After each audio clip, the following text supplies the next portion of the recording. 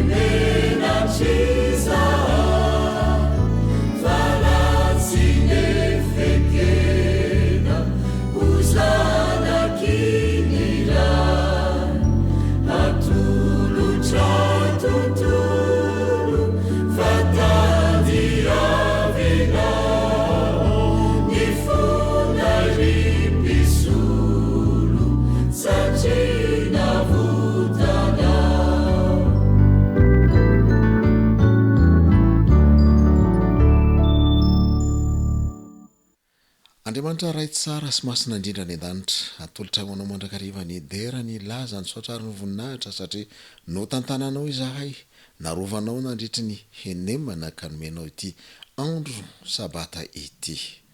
Mamelany eloka satria izany ny hevitra lehibe mampisaraka anay aminao ka tsy mihaino ny vavaka ataonay ianao. Apetraka tanteraka epelatananao ary ny fahatanterahany ny fandaram-potoana rehetra ianaranay ny teninao mandritra izao tapany maraina amin'ny sabata izao. Ny fanahinao masina no angatahanay hitoetra betsaka ty amponay tsiraray avy, anamboatra ny fonay ho toy ny tany tsara hamoazan'izany teninao izany, hahatonga anay koa hatakatra ny lesona vaovao tianao mampitaina aminay mandritra izao tontolo andron'ny sabata izao. Ny dera ny laza ny sotrary no atolotra hoanao ray zanakary fanamasina fa ho aminay kosa ny fahasoavanao mandrakariva. Ny anaran'i Jesosy nanonana ny vavaka. Amen. Isaorantsika mandrakariva Andriamanitra nanome antsika izao maraina ny sabata izao. Ny firariana dia ny hanovozanao ny sosiny tsara, ny fifaliana sy ny fitahiana mandritra izao fotoana hiatrehantsika ny famtinana ny leson'ny sekoly sabata izao ho amin'ny ity maraina ny sabata ity. Anaraka ny famtinana ny tatitra maneran-tany iray isika amin'ny ity anio ity ary.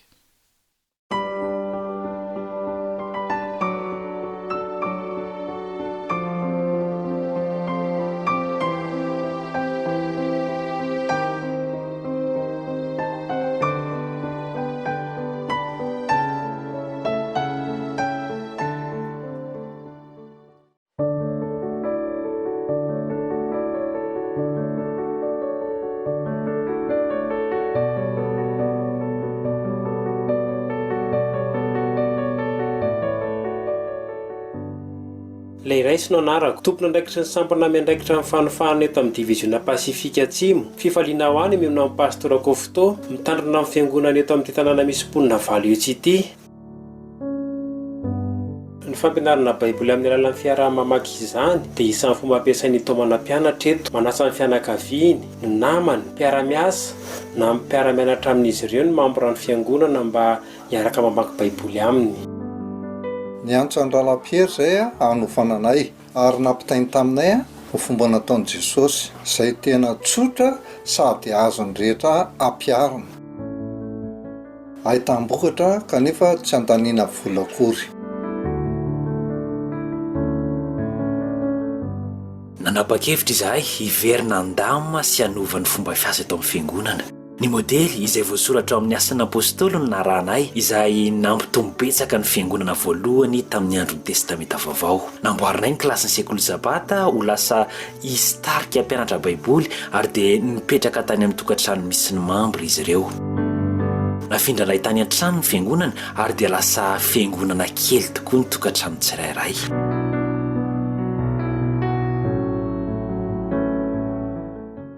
Natao no anarako tena nandrisika tokoa ny nizarana taminay ity fomba fiasa ity izay ahafahantsika mizara ny tenin'Andriamanitra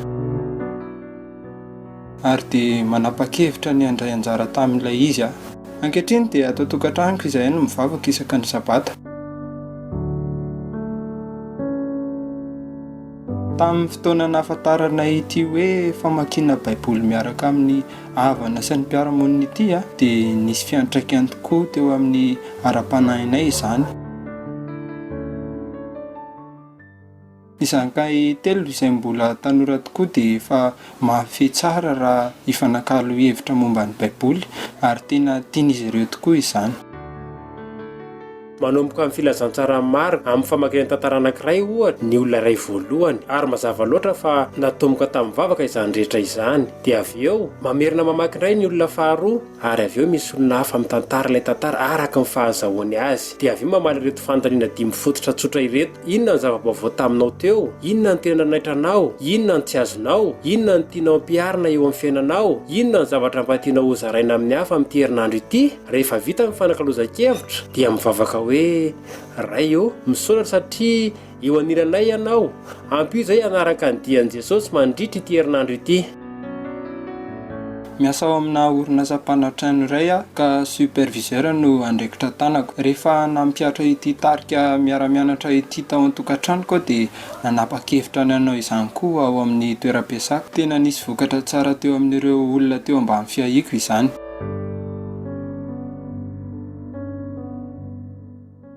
Mahafantatra lahy antitra tsambo izay henoko fa mipetraka amin'ny trano tsy zarizary izy dia tonga tao an-tsaiko ny hanamboatra trano azy. Rehefa andresaka izany tamin'ny ekipako dia nazoto tokoa izy ireo ary dia nahafohy fotoana hanampiana. Mino fa Jesosy ny mpamonjika, matoky azy indray andro any dia mbola hiverina izy ary hiara-hiakatra aminy Isan'ny sabata dia misy batisa roa na telo isan-kireo fiangonana tsirairay. Ity ny batisa lehibe izay tsy mbola nisy toy izany tao amin'ny federasiona Papouasie afovoany. Hitako hoe nitondra fiovana teo amin'ny fomba fijerin'ny fiangonana ity fomba fiasa ity. Tokony hoeny anivon'ny mpiara-monina no hijoron'ny fiangonana.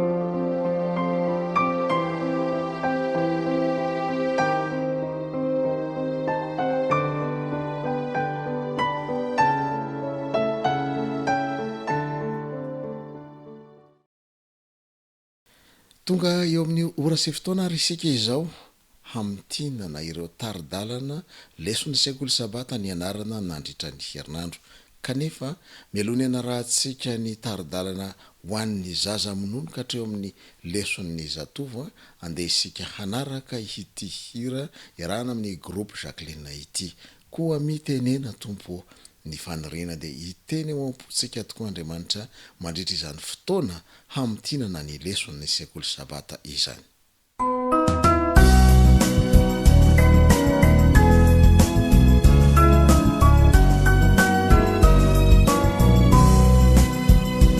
Emisautanao Jesu malalo Chachizao futona mamizao Yanaranai atungu chao Izai piana chao Kuambitenenale Jesu malalo Izai ianutsalanao Kahirote nyadamina Itwetsabetsaka wampunaya Kuambitenenale Jesu malalo Izahai ianutsalanao Kahirote nyadamina Itwetsabetsaka wampunaya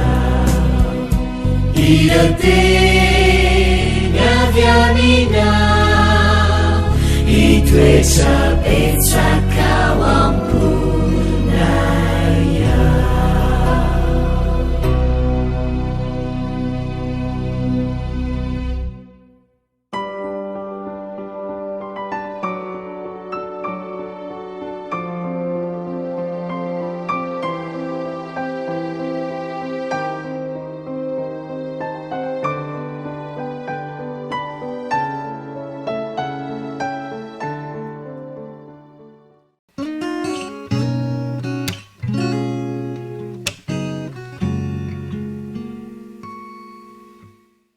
Tonga eo amin'ny fotoanan'ny lesony sazamonondray tsika zao rakizy. Efa vonina daholo fe ny zazakely rehetrarehetra. Efa eo ampofoany dada Sineny. Efa vonina tsara daholo ihaino lesony tsika. Endry tsara daholo, mihaino tsara fa tantara tsara be moa ny lesitsika oh. Andao aloha tsika ifampiarahaba. Fampikopakopa-tanana dia manaona. Manaona tompoko, salama tompoko. Dia andao ataontsika indray le hira fiarabana. Miaraka mira daholo isa, roa, telo. Manaona falitafaona raha vao mahitanao manaona enao. Nira daholo fe ny ankizy kely. Eny ary andeha aferintsika indray le tsy anjery ny lesona fafiry moa. Lesona voalohany matatidiny ankizy kely rehetrarehetra dia aferintsika ny tsenjery lohateny aloha dia tsenjery dia rehefa avy eo aferintsika amin'izay ny tantara. Ina moa ny lohateny lesitsika amin'ity telo volany ity indray rakizy, amin'ity ray volany ity indray rakizy. Miara-mamerina hoe manasitrana zazavavy iray i Jesosy. Averina hoe manasitrana zazavavy iray i Jesosy. Ny tsenjery miaraka amin'ny fihetsika isa, roa, telo. Mangataka aho mba ho salama ane ianao. Averina indray mandeha isa, roa, telo. Mangataka aho mba ho salama ane ianao. Mahafinaritra. Mahay mamerina daholo ny ankizy rehetrarehetra. Tantaran'iza moa le tantarantsika rakizy? Tantaran'iza le izy? Tantaran'ny zanak'i-Jairo. Nanina moa le zazakely? Narary. Indray mandeha rakizy nandeha tamin'ny sambo Jesosy sy ny mpianany. Rehefa tonga teny ampita izy dia niazakazaka ny olona rehetrarehetra eo amin'ny Jesosy satria te ahitany Jesosy daholo. Falifaly ny olona dia iny koa Jesosy mitsika amin'ny olona rehetrarehetra. Misy vehivavy anankiray izay misisika be izy fa te ahitany Jesosy fa izy narary dia te hositranin'i Jesosy. Misy ankizy lahy kely te ho any amin'ny Jesosy ihany koa satria tsy salama izy. Marary ny kibony, marary ny andohany dia te hiona amin'ny Jesosy izy dia mifihin'i Jesosy. nisy lehilahy anankiray jairo ny anarany fa tsy jairo narary fa ny zanavavy izy koa mba te hitan' Jesosy sisika tao anaty olona koa izy nitady an' Jesosy de io izy fahitan' Jesosy io koa jairo faly be jairo faly be Jesosy te ozy izy jairo Jesosy eo andao mba ho any an-tranonay fa marary be nge le zanako vavy ao eno Jesosy fa hoanitsika tena andery zareo fa be olona be de misisisika ny anaty olona misisisika ny anaty olona rehefa nandeha kelikely izy rakizy de nisy mpanompo anankiray fanena tamin'zareo de ozy izy le mpanompo hoe aza manelingelina an' Jesosy tsony fa efa maty ene zazakely efa tsy afaka mihetsika tsony ngeza efa tsy miteny tsony nalahelo be mihitsy rakizy jairo fa tsy niteny tamin' Jesosy izy fa mbola netiny ihany Jesosy ho any an-tranony mba hijery an'ilay zazakely rehefa hitan' Jesosy le zazakely hoe efa maty de nalahelo koa Jesosy fa ozy izy tamin'ny jairo sy mama le zazakely hoe aza mitomany fa tsabotsika izy sy tranontsika izy atsangatsika de ina nataon'i Jesosy rakizy ny ray sy ny tanan'le zazakely de ozy izy tamin'le zazakely hoe ry zazavavy mitsangana de nanina le zazavavy kely rakizy de nitsangana izy de nihiratra ny masony de faly be izy de hoy Jesosy hoe omeo sakafo izy rakizy Jesosy mahay manasitrana mahay manangana maty rehefa tena mankatòa azy isika afaka manampy ny olona rehetra Jesosy izay tadiavinao de omeny raha manatona azy ianao rakizy kely matokian' Jesosy ary fa hanampy anao Jesosy antongatsika anao iranankiray momba n'izany inonao ve fa tiantsika Jesosy isa 2 3 inonao ve tiantsika ny Jesosy ny baiboly no milaza izany re inonao ve fa mamonjy any Jesosy ny baiboly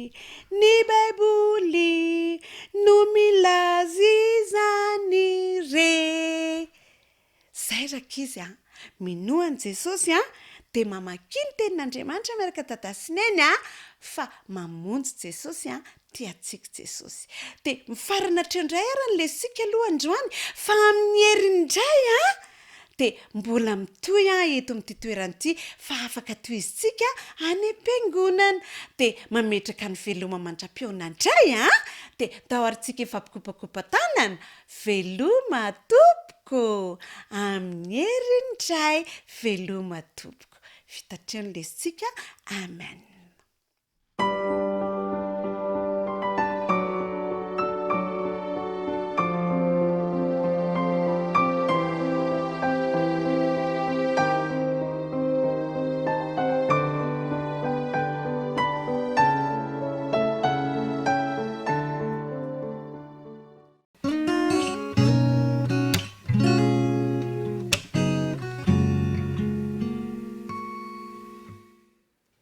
Zazabody indray izao iany lesontsika efa ao daholo zazabody rehetrarehetra petraka tsara daholo atsovo daholo na manana tokotany de miaino lesontsika izao fa efa tonga fotoana ny lesona ao daholo tsara de croiser les bras tsara daholo indray fa iany lesontsika lesona fahafiry moa tsika androany rakizy lesona fahatelo sahaditsika inona lohateny lesontsika lavaka teo atavitrano averin'Andriamandeha hoe lavaka teo atavitrano tsenjeritsika fa misy sakaizaty izay mifikitra noho ny rahalahy aza averin'Andriamandeha fa misy sakaizaty izay mifikitra noho ny rahalahy aza mahay daholo ny zazabody rehetrarehetra Jesosy rakizy de tia manasitrana tia manampy olona rehefa manasitrana izy de tena faly ny olona ary vetivetika de hitan'ny olona sady hen'ny olona hoe manasitra an' Jesosy tamin'itindray andro tiraka izy dia nanasitrana tao anaty trandray Jesosy, nampianatra tao anaty trandray izy. Tena feno, tena hipoka ny trano, hatrany ambaravarana, hatrany atokotany dia tena feno olona ny trano. Na nasitrany Jesosy, nampianatra Jesosy. Rehefa nisy naheno hoe mampianatra Jesosy dia misy rangahy iray sady tsy afaka mihetsika izy tsy afaka mandeha izy mety tsy afaka miteny koa izy fa narary dia narary mafy izy. Nisy namany naheno an'izany hoe manasitrany Jesosy. Tena tian'ireo namandreo io rangahy anankiray io tena tiany dia hoe ndao ary hoentintsika any amin'ny Jesosy izy hositraniny e. Dia lasa reto namandreto bataina natao teo ambofandriana ilay namany dia ny bataina dia lasa noentina tany amin'ny Jesosy. Rehefa tonga teo amin'ilay trano rakizy dia naninona feno be ilay trano, nijerijery zareo sara ny ampidirantsika anazy fa feno be nke ty trano ty e. Dia ozy izy ilay namany nateny any izy hoe ndao mba hoetisitrany aza hoentina mody izany fa te hositrana ane zay e. Ozy izy ilay rangahy narary. Nisy lehilahy anankiray namany arana nahita hevitra. Za mahita hevitra. Andao ampiakarintsika any ambony tafo izy. Dia asorintsika ny tafo dia alatsakitsika eo izy. Tena mety izany ozy izy ireo namany hafa. Lasara dia nasiana tady ilay fandrinany dia nampiakarin zareo moramora tany ambony tafo ilay namany. Rehefa tonga teo ambony tafo dia nasorony zareo ny tafo dia nampidiny tsy moramora indray ilay namany. Gaga rakizy ny olona tao anaty trano hoe fa ahoana koa ty olona anankiray avy eny ambony tafo ty no miditra, tsy avy eny varavarana fa eny ambony tafo hitan'i Jesosy ny tao ampon'ireo namany ito lehilahy narary ito fa tena tiany hositrana ny namany. Dia tonga teo amin'ilay rangahy narary Jesosy. Dia nijery sady nitsika lela rangahy izy Jesosy dia ozy izy hoe vovela ny elokao. Dia faly rakizy ilay rangahy narary satria nino izy hositrana vao tonga eo amin'i Jesosy dia faly be mihitsy izy. Rehefa tena izay Jesosy dia ozy izy Jesosy hoe batao fandrinao dia ndana mody fa sitrana ianao. Dia inona tokoa nataon'ilay rangahy narary, nitsambikina izy. Tonga dia nitsambikina teo ambofandrinana izy dia nalaina fandrinana dia sitrana soamatsara izy. Faly izy sa tsy faly? Tena faly izy rakizy fa satria sitrana soamatsara. Nisy olona tsy faly nefa tao amin'io trano io rakizy. Ilay olona mitsikera reny, ilay olona hafa reny. Engane isika rakizy raha misy olona manasitrana, raha misy olona manampy olona dia tsy ho tezitra fa ho faly ary hanampy ihany koa. Tadidio rakizy fa rehefa manampy olona isika dia manompo an'Andriamanitra. Tsara izany manompo an'Andriamanitra izany ary tsara manampy olona. Izay indray ny lesona antsika tamin'iny herinandro iny ny sasabody rehetrarehetra ho mpanampy olona ary hanompo an'Andriamanitra amin'ny fo feno fifaliana. Amen.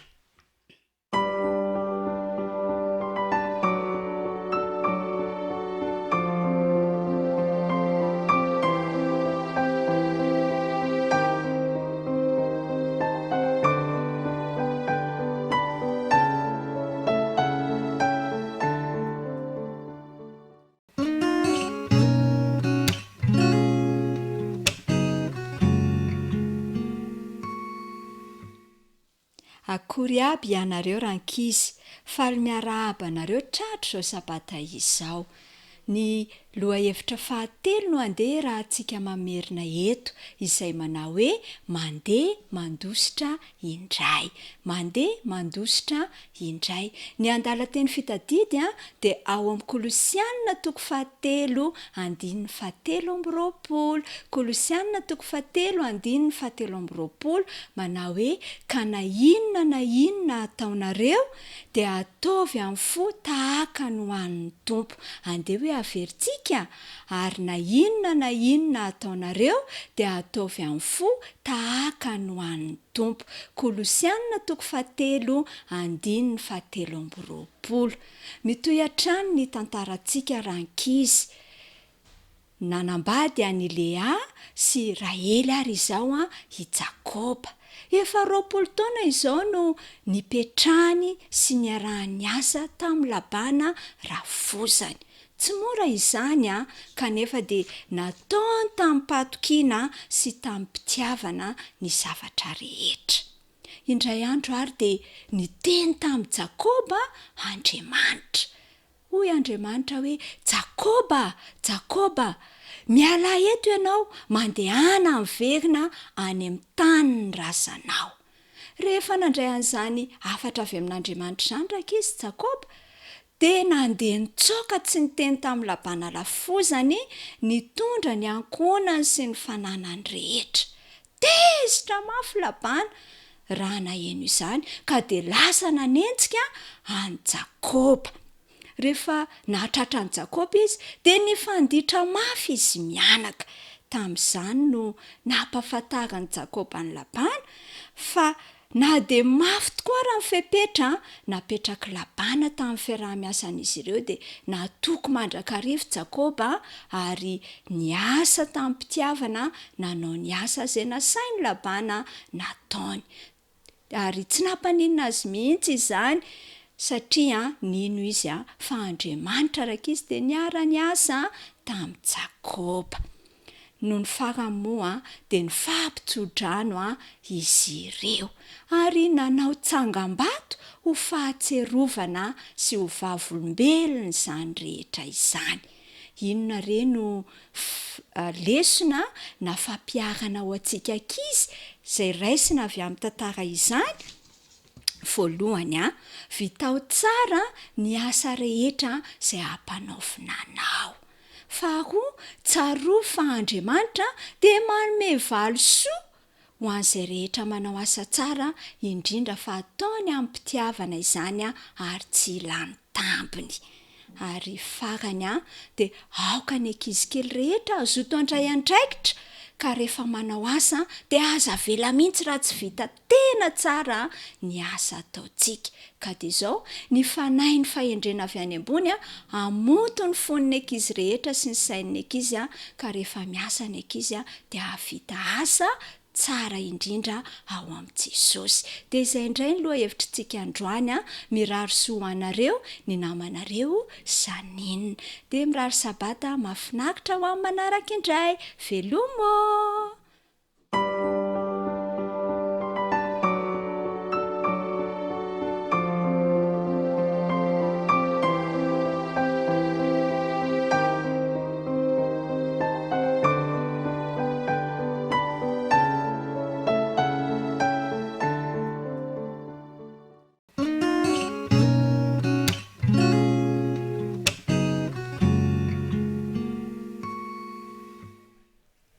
Manahoana daholo indray ny tanora zandrany, tonga indray ny anjarantsika. Andeha amerina ny lesona ny anarantsika nandritry ny herinandro indray isika. Lesona fahafiry moa, lesona fahatelo. Andao ary, trahateka ary voavela heloka. Averintsika indray mandeha, trahateka ary voavela heloka. Andeha ataontsika aran-tsenjery. Fa raha mamela ny fahadisoan'ny olona ianareo, dia mba hamela ny anareo koa ny rainareo izay any an-danitra. Averintsika indray mandeha, fa raha mamela ny fahadisoan'ny olona ianareo, dia mba hamela ny anareo kosa ny rainareo izay any an-danitra. Matio 9:1-7. Mahafinaritra izany. Andeha ary hovitintsika amin'izay ilay lesona ny anarantsika. Tadidinareo moa tamin'ny herinandro ambony dia ny anarantsika fa i Davida dia latsaka tao anatina fahotana anankiray. Ary tsy ray ihany, fa ray nitarika zavatra be da be. Andeha averintsika kely. Nitsiritra izy aloha, avy eo lasa nangalatra an'ilay vadin'olona izy dia avy eo izy lasa nijangajanga ary nitarika hatramin'ny famonoan'olona izany. Ary lasa fahotana tena namenatra mihitsy ny vitan'i Davida. Amin'izao fotoana izao izy dia miandry ny aterahan'ilay zaza. Efa nampiakariny ho vady i Batseba. Nieritreritra izy fa tsisy afantatra mihitsy n'izay zavatra nataony afa-tsy izy dia i Batseba dia Joaba. Tsy fantany adinony fa ilay ray ao ambony Andriamanitra izany nahita ny ariary ny zavatra nataony. Koa satria moa tian'Andriamanitra i Davida tahaka ny tiavany antsika ihany, sady ny voaositra ny koa izy dia naniraka mpaminany Andriamanitra ho any amin'ny davida dia himpaminanina tana izany ny resaka tamin'ny mivantana ny amin'ny zavatra tsy mety nataony a sy ny fahadisoany rehefa tonga tany izy dia tsy ny irihiry tsony davida fa nanaiky ny fahadisoany izy ny bebaka izy ny fony izy ary tamin'izay dia nylazainy natana fa tsy maintsy ho faty ny zaza dia nangataka tamin'andriamanitra izy mba ho velona ny zaza ny fona ho azy sy ho an'ilay zaza izy kanefa indrisy fa tsy maintsy maty an'ilay zaza ny ken'andriamanitra i davida na dia tsy maintsy nizaka ny vokatry ny fahotany aza koa satria moa nanaiky an'izay davida ary niverina namitrana ny fihavanany tamin'andriamanitra indray dia nanavao ny fitiavany sy ny fifandraisany tamin'andriamanitra izy olom-baovao indray davida ao anatin'ny salamo 150 dia hitantsika ao ny fifonany davida ny bebaka tanteraka izy ary niezaka indray izy nitondra tsara ny vahoakany namela ny fahadisoa ny hafa ihany koa izy ary nanao izay mendrika teo anatrehan'andriamanitra mahafinaritra ny tantarany davida mampianatra antsika fa mila miaiky ny fahotantsika isika rehefa misy tsy mety natao satria andriamanitra mahita an'ireny foana rehefa avy eo ihany koa dia mba hamela ny fahadisoa ny hafa satria andriamanitra dia mamela ny fahadisoantsika dia raha misy hafa nanao fahadisoana tamintsika dia andeha koa mba havela izy ireny izay no zavatra nampitaina tamintsika azadino ary fa satria andriamanitra dia efa namela antsika dia mamela ny helontsika sy ny an'ny hafa koa isika dia mirary soa antsika tanora indray ary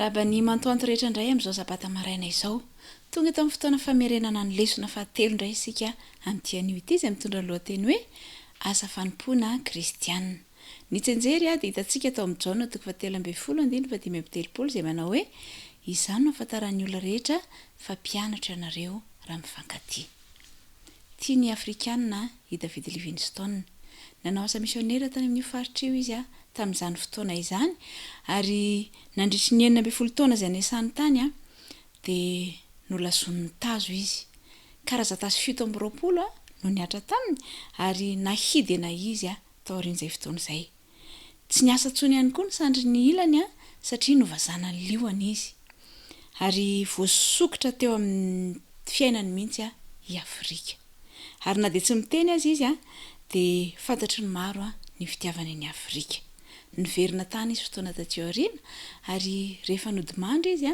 dia nikarakaraindreo afrikanareo ny fatiny nasian'zareo ranomanitra dia nalefa niverina ny Angletera fa ny fony kosa dia nasorona izy ireo ary nataony teo anaty vatakazo anankiray dia nataony sokotra teo ny soratra hoe 4 mai 1873 tavela tany Afrika ny fony tena tiany Afrika izy nanao asa fanompoana kristiana tao amin'izany faritra izany izy isika ihany koa dia omen'andriamanitra talenta sy ny fanomezam-pahasoavana mba hahafahantsika manompo azy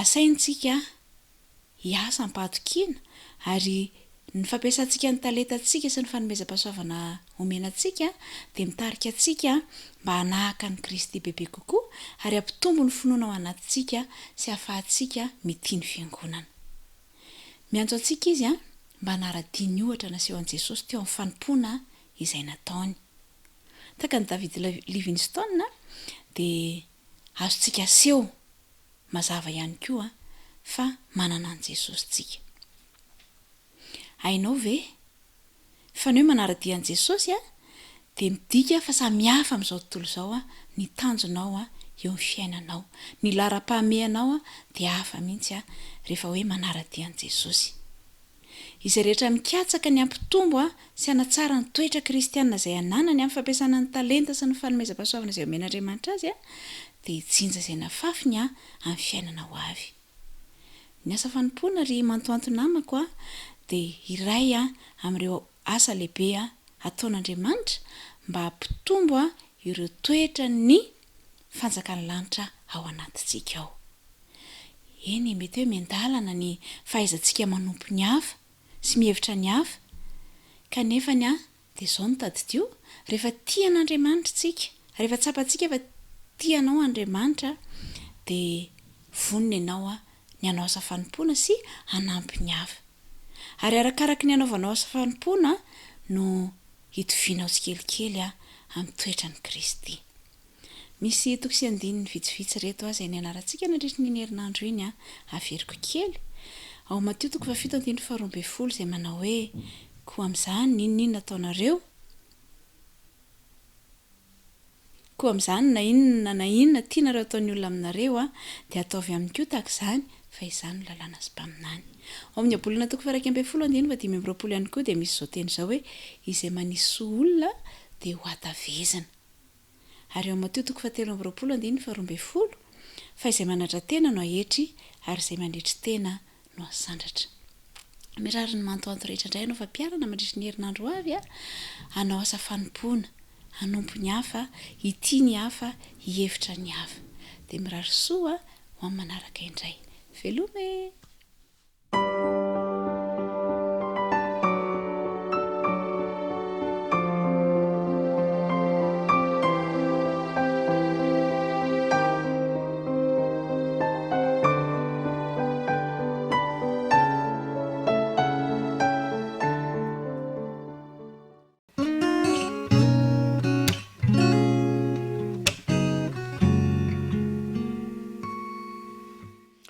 Fa li miarabany zatovo namana rehetra indray amin'izao fotoana izao afaka manohy mianatra sy mandinika ny ten'Andriamanitra isika ary araka ny fantatsika moa zany dia fampitinana no ataontsika ao anatin'ny fotoana fohy. Lohateny anankiray mahafinaritra lehibe misy lesona goavana ihany koa no nodiniantsika dia ilay lohateny manao hoe aoreno io dia misy fanorenana izay atao. Dia rehefa vakina moa zany ny tantara ao amin'ny Zakaria 2 ny Ezra 9 dia fanorenana ny tempoly no nampiresen'Andriamanitra ho ataon'ny rehetra. Fa tsara raha toa ka ho vakitsika kosa nefa ny Zakaria 2 dia ny satria io no andin'ny fototra izay milaza ary mivaky toy izao amin'ny anaran'i Jesosy manao hoe dia namaly izy ka nanao tamiko hoe zao no lazain'i Jehovah amin'ny Zerubabela tsy amikery na mifatanjana fa mifanahako hoy Jehovah tompo maro. Rehefa fitenina ny lesona izay ny anarantsika dia manao hoe zava-dehibe ny fahatokiana an'Andriamanitra ary ampirisihana ny tanora rehetra mba hitombo amin'ny fahatokiana an'Andriamanitra. Ekena fa matanjaka ianao, manana ny atsara-tare ianao, anananao ihany koa ny fahaizana angamba kanefa aoka isika hiantehitra sy hiantoraka amin'Andriamanitra. Ny faharoa manaraka izay aizitona antsika lesona dia le hoe aoreno. Akoatra ny manorina zany dia misy ihany koa ny mifanohatra hoe mandrodana. Rehefa jerena ilay tantara dia tempoly no aorina ary eto dia sokafana ny saintsika fa ilay tempoly izay tena resahana dia tsy dia ilay tempoly fahiny intsony fa ise mihitsy ange zao no tempoly aoreno tsara, aoreno mafy ny tempoly. Fitentsika tanorany hoe efa rodana, efa tsy hitatsony, efa tsy misy fanantenana intsony kanefa izao ny fotoana mety anorenana indray ny tempoly dia enao zany. Dia rehefa mijery ilay tantara isika dia tsarovy ary tadio tsara fa rehefa naorina io tempoly io dia ny teo amin'ny ivony dia ny didin'Andriamanitra. Ny didin'Andriamanitra ny tena ivony.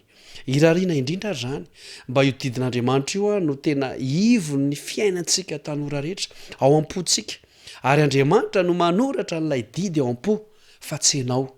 Indraindray tsika manana didy sy fitsipika ihany fa isika ihany manoratra azy fa avelao Andriamanitra hanoratra ny didy sy fitsipika ao am-pontsika dia iorina tsara isika ary zay no tena tempoly, fanorenana ny tempoly.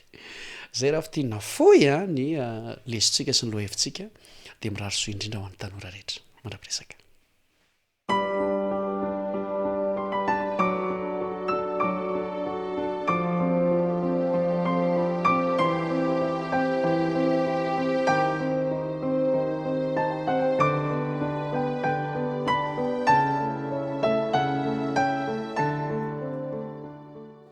hiditra amin'ny famtinana ny leson'ny tanorazokiny sy ny olon-dehibe isika kanefa mialoha nidirantsika amin'izay famtinana izay ho amin'ny anio andeha isika hiaraka hitsangana indray aloha hidera sy saotran'andriamanitra amin'ny alalan'ny hira 7 hira larina 7 raha eo tsy takatry ny saina ny alehibe ny fahasoavanao taontsika eo ampitsanganana ny hira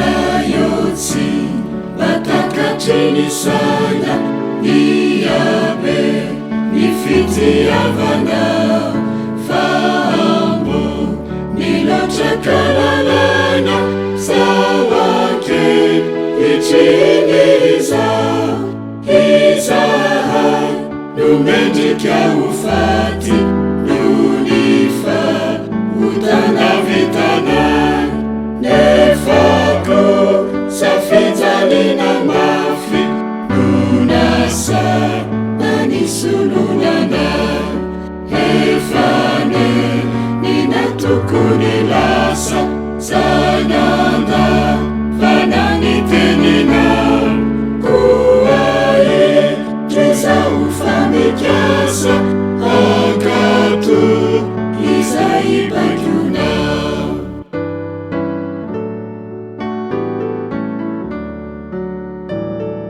Jayoma minifitiavanau katsia nuadinuniza famimi sikiamakinanai kaifi kichaminaurira enifi tiavanatsilani famaha richamadakiza nuatu luchawetiatani amunze na ulumberija efane ninatukunilasa sananda vananitenina kuwaye trisa ufamikiasa akatu isaibakuna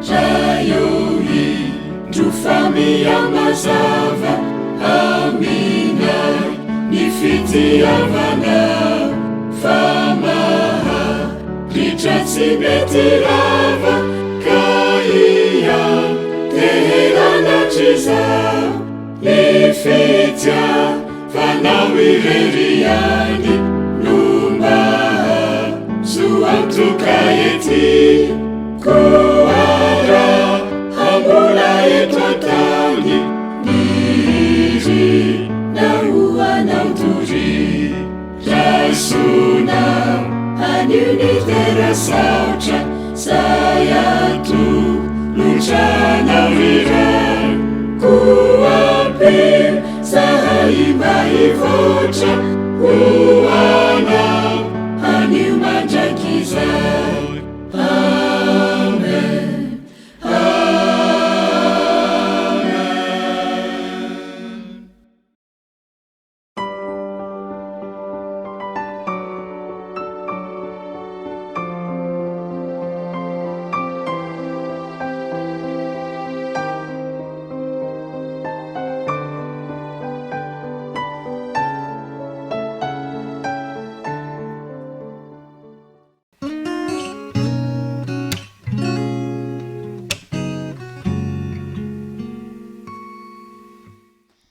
iny ary dia tonga amin'ny anjarantsika tanora zokiny indray sika izao amin'ny endrika miramirana no anolorana ny arahaba ho antsika tsirairay avy andeha hiara-merina izay ny arahantsika nianatra tao anatin'ny loha hevitra nandritra izay herinandro izay isika dia ny loha hevitra fahatelo ilay manao hoe mahafantatra an'Andriamanitra amin'ny mahampanavitra azy andeha ary aloha samy hamerina ny andininy izay ny safidiany ka nataony tsy anjery ny tsirairay avy ao ve eny ary mahafantatra an'Andriamanitra amin'ny mahampanavitra azy nahita isika fa nanakana ny fitomboana ary nitondra fitotonganana mihitsy aza nidiran'ny fahotana teto an-tany, nitondra fahasimbany zany na teo amin'ny vatana na ny saina eny na ny fihetsepo sy ny fanahy aza, ary nanjarina mpanalavitra ny olombelona amin'ny fahamasinana. Fa manoloana n'izay indrindra dia nametraka ravi-panabiazana izay mitondra fanavotan'Andriamanitra, dia lasa afaka miaina amin'ny fahamarinana noho ny finoana ny mpamonjy isika olombelona. Fa inona tokoa moa ny nisy ary inona ny zavatra nitranga? Zao aloha manana antoka sasy ianao ao amin'ilay ray mpanavitra antsika, fa dia kosa hitandrina fa tahaka izay namitahany Satana ny Eva ihany ny fomba hitadiavany any vana ihany koa ny fomba fijerintsika mahakasika an'Andriamanitra. Zao mantsy ny nambaran'ny Satana tamin'ny Eva tamin'izany hoe zavatra telo ny sakanan'Andriamanitra tsy ho tanteraka amin'izy ireo, dia ny sokafany masony, ny ahatonga azy ho toy ny Andriamanitra ary ny fahalalana ny tsara sy ny ratsy. To te hanambara izany Satana fa voafitaka Adama sy Eva, to ny sakanana tsy ahatratra ny fahaizana ambony indrindra tokony ho tratrany izy ireo ary to tsy feno ny fahalalany. Ary ny vokatra izay teo amin'izy ireo dia nipankahati amintsika, dia lasa mitsara amin'ny alalan'izay hitany maso ihany koa sisa isika olombelona amin'izao fotoana izao, tahaka izay nataony Adama sy Eva tamin'izany fotoana izany ihany koa. Soa ihany fa nanoloana ny toe-java-misy dia tsy hoe namelan'izany amin'izao fotsiny Andriamanitra ilay mpahary izao rehetra izao. Andriamanitra lehibe sady feno hery no feno fitiavana izy.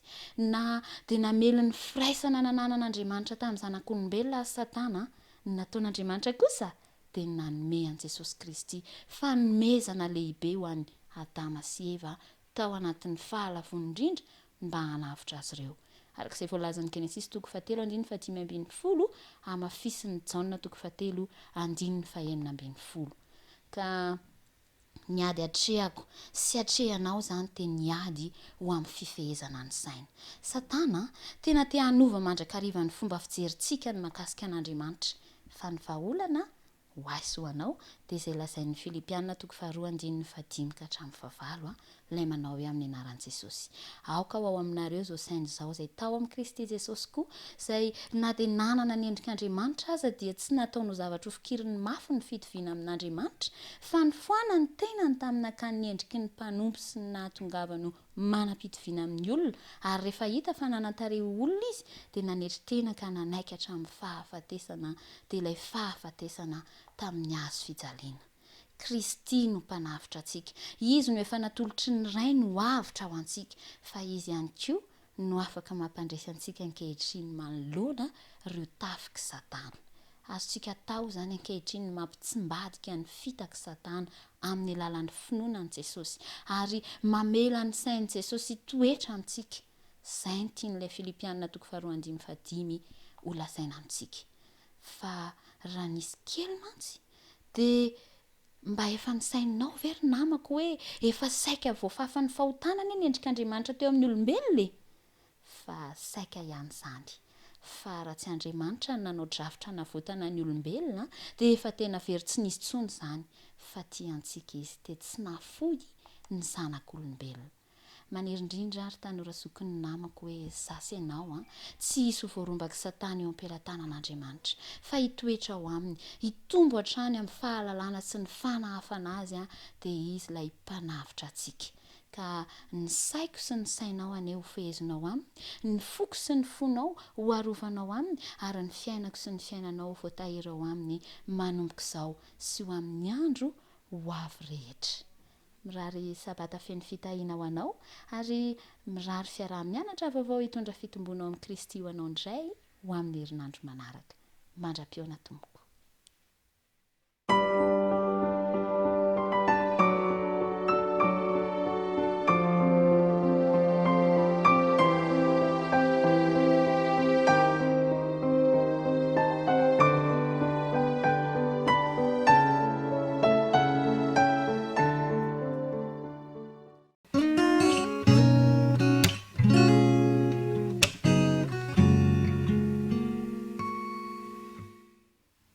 Raisinay ho tombontsoa sy fifaliana indray ny mandroso atao tokantranonao, miaraka mianatra ny tenin'Andriamanitra isika.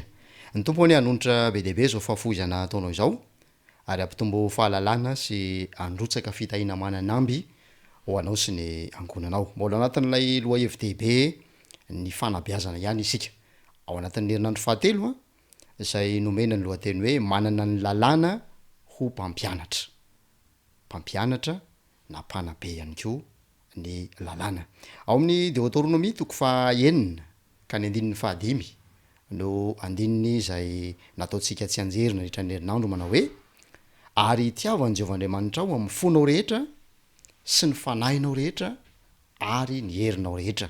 Deotoronômia toko fa enina ka ny andininy fahadimy. Meloha ny andraisantsika izany jeritodiky ny herinandro fahatelo izany ary de fifaliana ho anay ny manasanao iaraka ivavaka.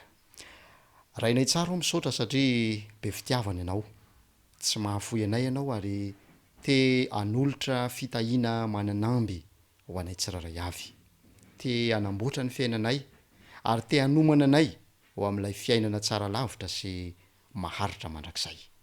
Ko ampio zay tsiraray avy samy hitazona ny fahaliananay eo ambany fahasoavanao ka ny mpampianatra zay ho raisinay eto de ny fanahinao masina zay hitaridalana anay ho amin'ny marina rehetra.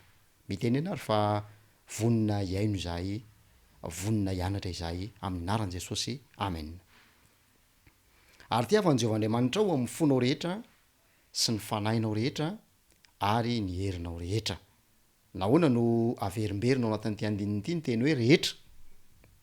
Amin'ny teny hafa de hoe manontolo, zany hoe tsy misy anombinana raha toa ka jerentsika ny tian'Andriamanitra ambara amin'io afatra zay nampitondray an'i Mosesy io.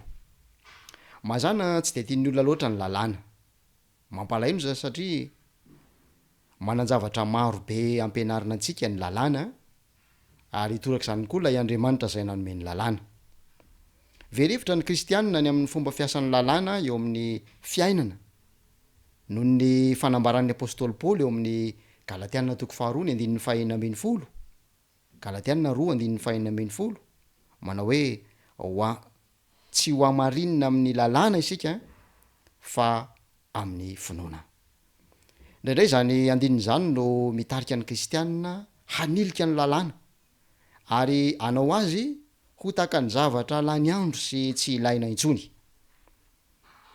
Zao anefa tsy manana antony tokony ampitebiteby momba ny lalàna na antony tsy hitiavana ny lalàna ireo zay manana fifandraisana mety amin'Andriamanitra.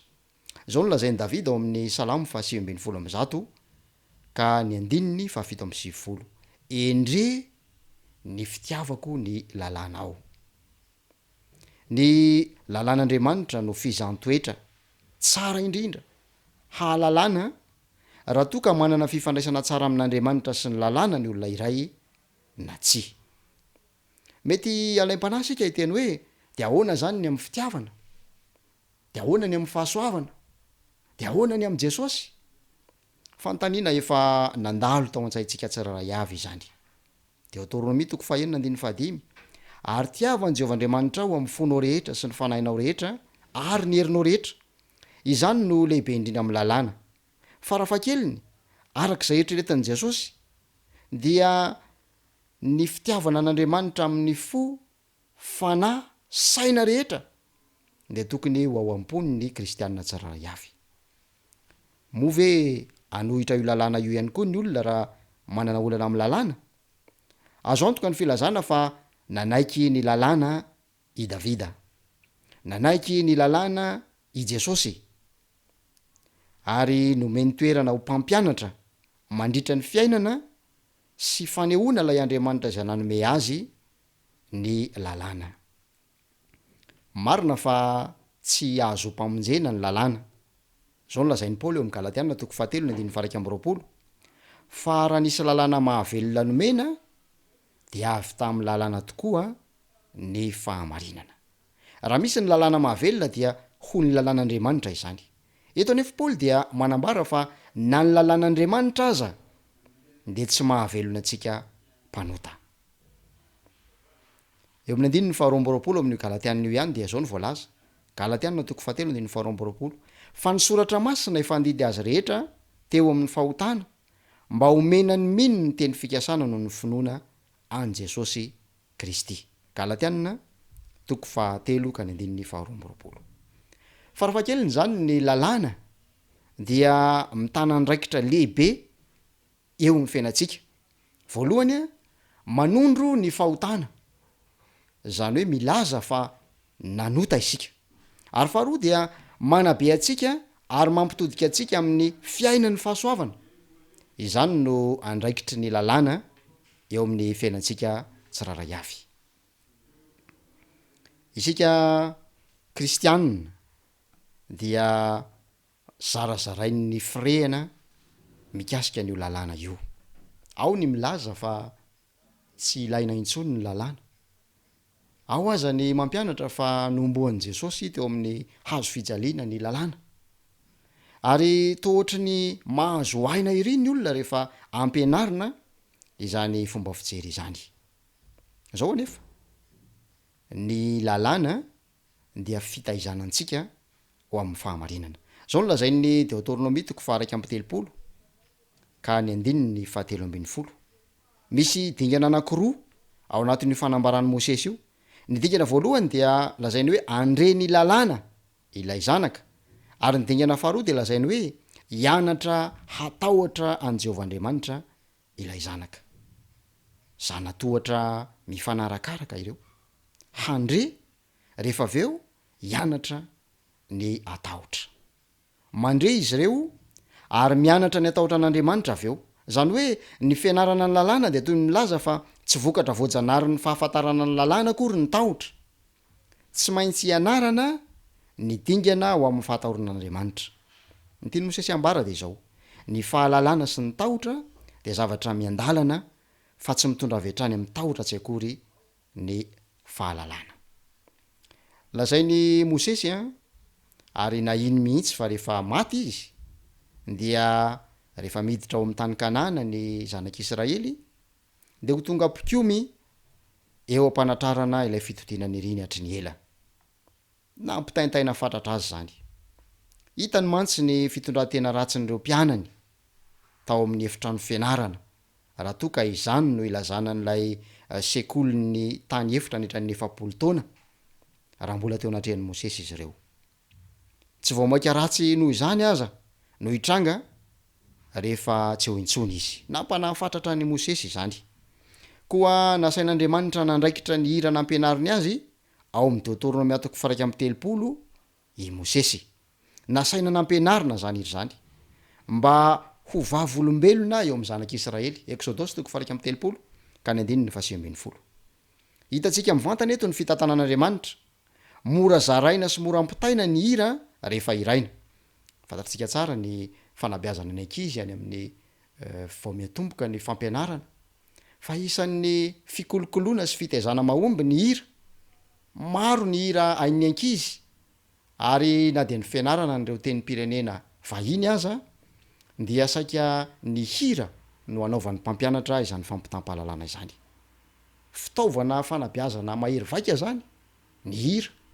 ary nampiasain'ny Mosesy ny hira ao amin'ny Deutéronomie toko faha 1:telopolo nampianarina naverimberina mba anana fahafahana mitaona an'ireo zanak'Israely andiny tena sy ahita zay ambarany zany hira izany momba ny tenany naomby izany fanabeazana izany tamin'ny lasa mbola ampiasaina ihany koa mandraka ankehitriny nahoana moa no asain'Andriamanitra hitandrina ny lalàna isika zao ny voalaza ao amin'ny Josoa toko voalohany ka ny andininy 7 Josoa toko voalohany ny andininy 7 koa mahereza sy matanja tsara ianao hitandremanao anao araka ny lalàna rehetra zay nanodiny Mosesy mpanompoko anao aza miala aminy na ao amin'ny ankavanana na ao amin'ny ankavia mba ambinina ianao amin'izany rehetra izany Josoa toko voalohany ka ny andininy 7 mba ambinina ianao zava-dehibe zany fanambinana izany indraindray diso ny famaritana zao tontolo zao ny atao hoe fanambinana angamba adika maimaika ho ny fetezan'ny fidiram-bola izany angamba misy mieritreritra hoe rehefa salama tsara de ambinina izany mety marina avokoa zany rehetra izany fa tsy izay rehetra nahatoky tamin'andriamanitra sy ny tanana ny lalàna no nandeha tsara ny fidiram-bolany tsy ireo zay nahatoky tamin'ny lalàn'andriamanitra no salama tsara izany hoe manana fahamaritana hafa ary mitaky fitambaran-zavatra maro samihafa ny fahombiazana araka ny fijerin'andriamanitra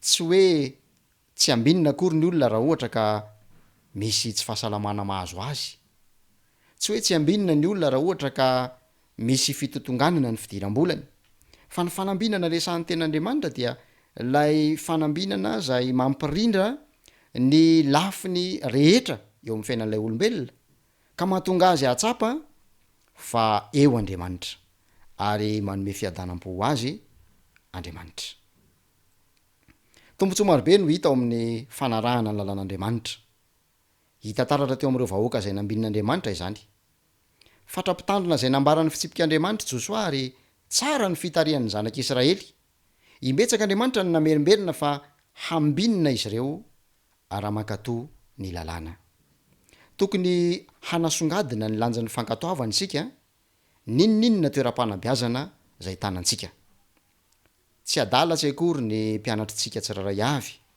ho hitaneo ihany na hoelana ho aingana fa misy ireo olona zay mahatoky sy be fitiavana ary mankatoka nefa mety ho tradoza ihany ary am'izay fotoan'izay dia tsy ho voazavatsika izany monina eto amina tontolo feno fahotana sy faharatsiana isika tontolo zay isin'ny fifanandrinana mivaivay ka tsy hafabela am'izany sika na de anankiray aza tsy salasalana fa tsy mahomby mandrakariva ny olona tsara fanahy tsy hoe ambinina mandrakariva ny olona mahatoky sy mitanana ny lalàna raha araka ny fahatakaran'izao tontolo zao azy no amaritantsika ny atao hoe fahombiazana mety amaly amin'ny ampahan'ny fanontaniana sarobaliana zao valiteny zao fanontaniana zay tsy maintsy hipetraka rehefa ampianatra ny mahazava-dehibe ny lalàna isika inona moa ny antsoina hoe fanambinana inona no nambarany mpanao salamo zao no voalaza amin'ny salamo fahefatra am'y valopolo ny andinin'ny fahafolo salamo fahefatra am'y valopolo ka ny andinin'ny fahafolo fa ny indray andro eo kianjanao de tsara noho ny arivo aleoko mipetraka eo amin'ny tokoana ambaravarany tranon'andriamanitra toy izay mitoetra eo andain'ny ratsy fanahy salamo fahefatra am'y valopolo ny andinin'ny fahafolo tsy salasalana fa nareo mahatoky amin'andriamanitra sy mankatony lalàny aza dia tsy ambinina mandrakariva am'izao fotoan'izao raha araka ny fenitra zao tontolo zao ny amaritany ny atao hoe fanambinana sy ny hoe fahombiazana tsy hanampin'ny mpianatra isika raha milaza izay mifanohitra am'izany fampianaran'ny baiboly izany ry mpiara-mianatra namana jesosy no ohatra ho antsika jesosy ilay zanak'andriamanitra no any ny aina fiainan'olombelona feno fankatoavana tanteraka ny rainy sady nankatony lalàny nanao zany izy tsy hoe mba ho solontsika fotsiny fa mba ho ohatra ho antsika ihany koa ny finoanan' jesosy zay mampihevitra fa tsy voatery akatoan'andriamanitra ny olona dia tsy finoana tsy akory fizahozahoana ihany zany zao no lazain'ny efesianina toko faharoa ka ny andinin'ny fahavalo efesianina toko faharoa ny andinin'ny fahavalo fa fahasoavana ny namonjenanareo amin'ny finoana nefa ny finoana raha tsy misy asa de maty mihitsy hoy ny jakoba toko faharoa ny andinin'ny fahafito ambin'ny folo talohan'ny natongavan' jesosy tety ambonin'ny tany a de zao ny filazan'ny tenany ao amin'ny salamo fa efapolo ka ny andinin'ny fahavalo salamo efapolo ny andinin'ny fahavalo ny anao ny sitraponao andriamanitra o ny sitrako ary ny lalànao no atao anatiko salamo fa efapolo ka ny andinin'ny fahavalo ary taloha kely ny akarany tany an-danitra dia nolazainy fa efa nitandrina ny didin'ny raina izy sady nitoetra ao amin'ny fitiavany ao amin'ny jaona toko fadimibin'ny folo ny fahafolo tahaka ny nitandremako ny didin'ny raiko sy nitoerako amin'ny fitiavany hoy ny soratra masina ary izao no hafantarantsika fa mahalala azy isika de ny fitandremana ny didiny zay milaza fa mitoetra ho aminy izy de tsy maintsy mandeha toy izay nandehanany koa jaona voalohany toko faharoa ny andinin'ny fahatelo sy ny andinin'ny fahaenina ry mpiara-mianatra namana ny fitiavana zay fototry ny famoronana sy ny fanavotana no fototry ny tena fanabeazana marina fanabeazana no loha hevi-dehibe an'ity telo volana zay andalovantsika ity nambaramazava ao amin'ny lalàn'andriamanitra izay nomeno taradalany fiainana izany ny voalohany sady lehibe indrindra am'zany dia ny hoe tiava anjeovaandriamanitra ao amin'ny fonao rehetra amin'ny fanahinao rehetra amin'ny herinao rehetra ary amin'ny sainao rehetra lioka toko fahafolo ny ny hoe mitila tsy manampetra mahay ny zavatra rehetra amin'ny hery sy saina ary ny fo manontolo de midika ho fitombona ambony indrindra eo amin'ny hery rehetra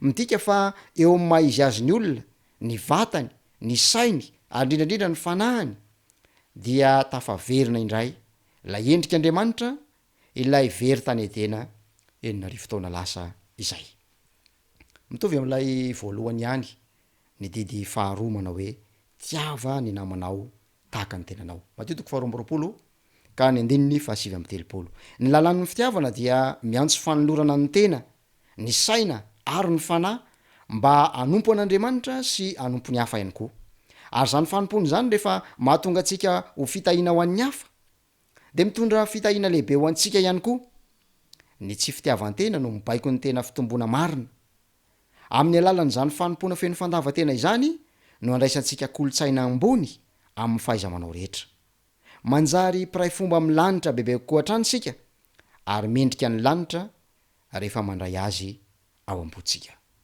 koa azotsika zany zao ny hevitra ny teny hoe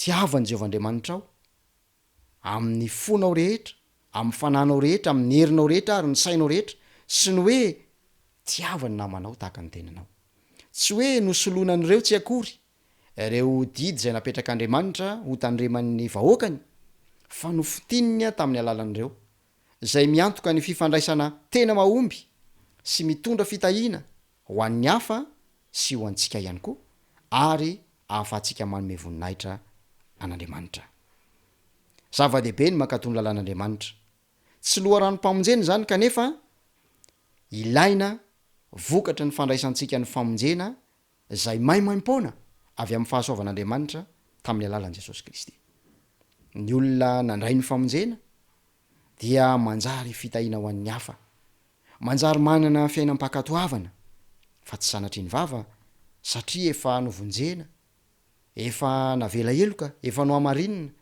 de anao zay daniny kibo amin'ny fampanarampony tena am'ireo fahotana maro samy hafa zay tondroy ny lalàn'andriamanitra koa andeha rahantsika mankafy rahantsika mamerina lay andininy zay ny angan'ny fiaramianatra nataontsika tamin'y terinandro ity eo am' Deutéronome atoko fa enina andininy fadimy manao hoe ary tiavany jeovaandriamanitra ao amin'ny fonao rehetra sy ny fanahinao rehetra ary ny herinao rehetra hitanteneny ny tompo ary hitondra fitahina sy fanandramana vaovao antsika izany fiaramianatra natao teto natrandrinandro izany iaraka ivavaka isika misaotra tompo noho ny taridalana nomenao anaindray fa hay natao mpampianatra anay ny lalàna hitaridalana anay hanondro ireo lesoka eo amin'ny fiainanay ary hitondra anay ho eo am'lay fahasoavana dia jesosy kristy ilay hany mpamonjy anay matoko zay fa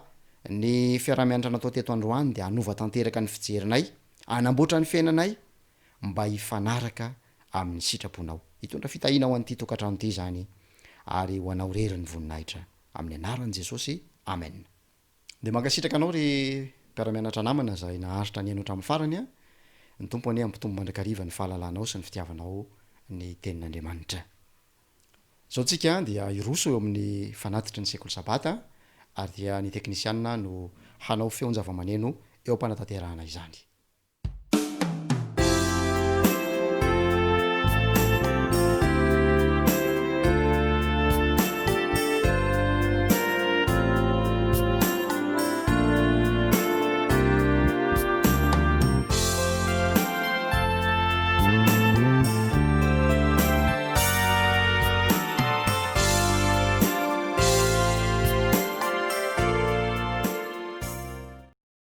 ivavaka ho an'ny fanatitra isika misaotra tompo noho ny fanomezana avy aminao misaotra noho ny amin'ny fahalalantanana zay nanetsehanao ny fona tsiraray avy na hafanaina n'olotra ho am'izao fotoana sarobidy izao enganeza ny fanatitra izany mba vita ny asa zay nikendrena azy ary homembo ny nahitra hainao ho tahinainy koa ny tanana nan'olotra rehetra ny paosy zay ny nanomehany zany ny fitehirizana rehetra de ao ampitomboinao ka mbola afaka anao bebe kokoa indray zay amin'ny manaraka de ataonay ny vavaka amin'ny anaran' jesosy amen. Mankasitraka ny teknisianina zay nanao ny ainy tsy ho zavatra nanantotosa ny fampitanany feo sy ny sary taty atokantramontsika isaorana eram-poeran-tsaina ihany koa ianao mpiaino sy mpijery ajaina naritra hatramin'ny farany ary tsy adino mankasitraka nyreo mpiaramiasa rehetra zay niaraka nanatotosany ty fandarina ity androany ny tompo ny hitantsika rehetra ho amin'ny manaraka indray.